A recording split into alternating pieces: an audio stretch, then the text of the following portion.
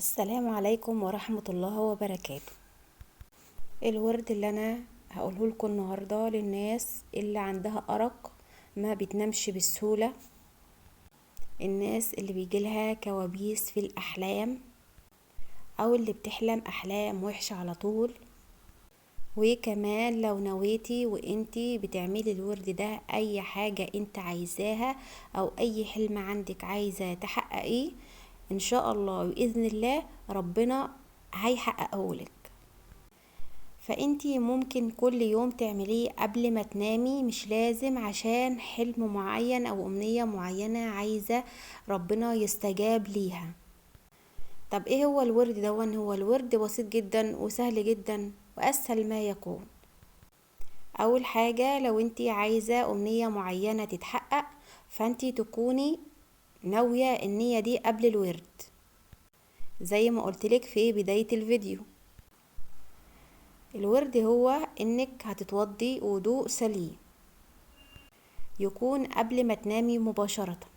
بعد كده وانت قاعدة على السرير تصلي على النبي بالاعداد اللي انت عايزاها وكمان بالصيغة اللي انت عايزاها، وكنت منزلة ليكم قبل كده على القناة صيغ الصلاة على النبي، منهم الصلاة النارية والصلاة الإبراهيمية والصلاة اللي هي بالصيغة العادية خالص، وقصص كتير كتير كتير عن فوائد الصلاة على النبي في حياتنا.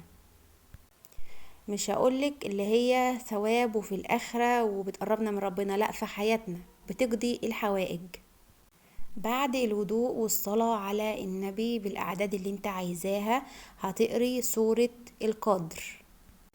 وسورة القدر من السور السهلة جدا والقصيرة وكلنا حافظينها. طب انا هقولها كم مرة؟ هتقوليها 7 مرات، تكرريها 7 مرات وانت قاعدة او انت نايمة.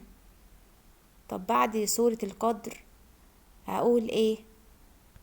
هتكرري اسم الله الفتاح لغاية اما تروحي في النوم خالص. هتقولي يا فتاح يا فتاح يا فتاح على لسانك كده وانتي مستشعراها لغاية اما تروحي في النوم. وقلتلك اهم حاجة في الورد دون اللي انتي لو انت عايزة امنية عاملاه الامنية او حلم معين انت عايزة يتحقق، اللي انتي تكوني ناوية الحاجة دي. هتلاقي سبحان الله بعد ما بتعملي الورد دون الأمنية اللي انت عايزاها بتبتدي تتحقق معاكي وربنا بيسر الأحوال، لأنك عملتي 3 حاجات بتفتح أبواب الرزق. أولا هي الصلاة على النبي، تاني حاجة إن القرآن الكريم أيا كان بس سورة القدر خاصة في الورد دون، تالت حاجة اللي انت قلت اسم الله الفتاح. فالرسل لما كانوا بيدعوا ربنا في القرآن الكريم كانوا بينهوا دعاء بتاعهم بأسماء الله الحسنى. على سبيل المثال في سورة المائدة سيدنا عيسى لما جه يطلب من ربنا مائدة تنزل من السماء زي ما قوم قالوا له، بسم الله الرحمن الرحيم، قال عيسى ابن مريم اللهم ربنا أنزل علينا مائدة من السماء تكون لنا عيدا لأولنا وآخرنا وآية منك وارزقنا وأنت خير الرازقين، صدق الله العظيم. فالآية بتقول إن سيدنا عيسى طلب الطلب بتاعه من ربنا للمائدة تنزل من السماء، وبعد كده بدأ يثني على ربنا بأسمائه، وارزقنا وأنت خير الرازقين. فأسماء الله الحسنى لما بتقرنيها بالدعاء بتاعك ربنا سبحان الله بيستجاب للدعاء.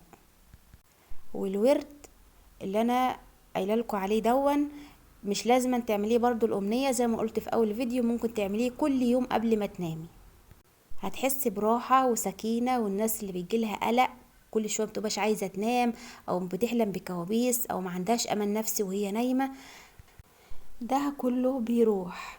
أتمنى يكون الفيديو عجبكم، والسلام عليكم ورحمة الله وبركاته.